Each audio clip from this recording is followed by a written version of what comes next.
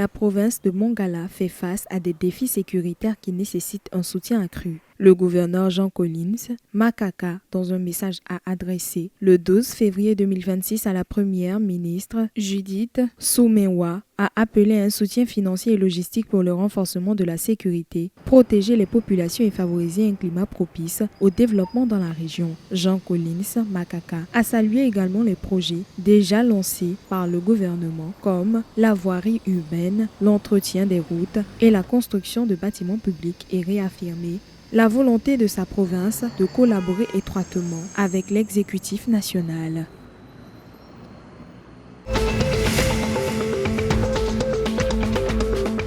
Le Tchad obtient un prêt de 187,5 millions de rials, soit environ 50 millions de dollars, du Fonds saoudien de développement officialisé le 12 février 2026.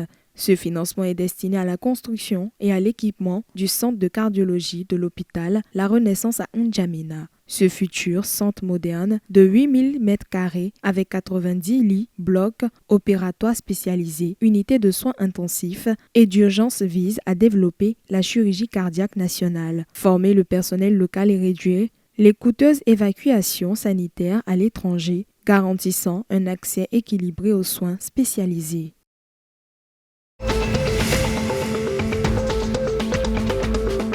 Le 9 février 2026, la RDC a présenté le projet mine de fer de la Grande Orientale, un complexe minier nécessitant 28,9 milliards de dollars. Le projet vise à exploiter 15 à 20 milliards de tonnes de minerais de fer, avec une production progressive de 50 à 300 millions de tonnes par an et un corridor logistique combinant rail, fleuve Congo et port en eau profonde. Sur 25 ans, Mi-Fort pourrait générer plus de 679 milliards de dollars de chiffre d'affaires et constitue un levier stratégique dans le développement et la stabilité économique, même si les détails techniques, financiers et le calendrier restent à préciser.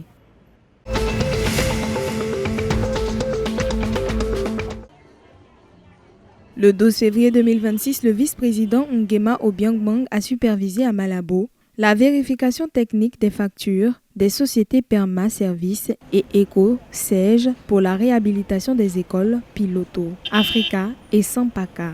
L'examen a révélé une surfacturation importante. Le budget de l'école Piloto est passé de 237 à 136 millions de francs CFA, celui de l'Afrique de 463 à 320 millions et celui de Sampaka à 769 à 109 millions. Le vice-président a autorisé le paiement uniquement des montants correspondant aux travaux réellement exécutés et a exigé que toute entreprise future présente une garantie bancaire vérifiable avant le lancement de nouveaux chantiers afin de protéger les ressources publiques et garantir des infrastructures scolaires sûres et fonctionnelles.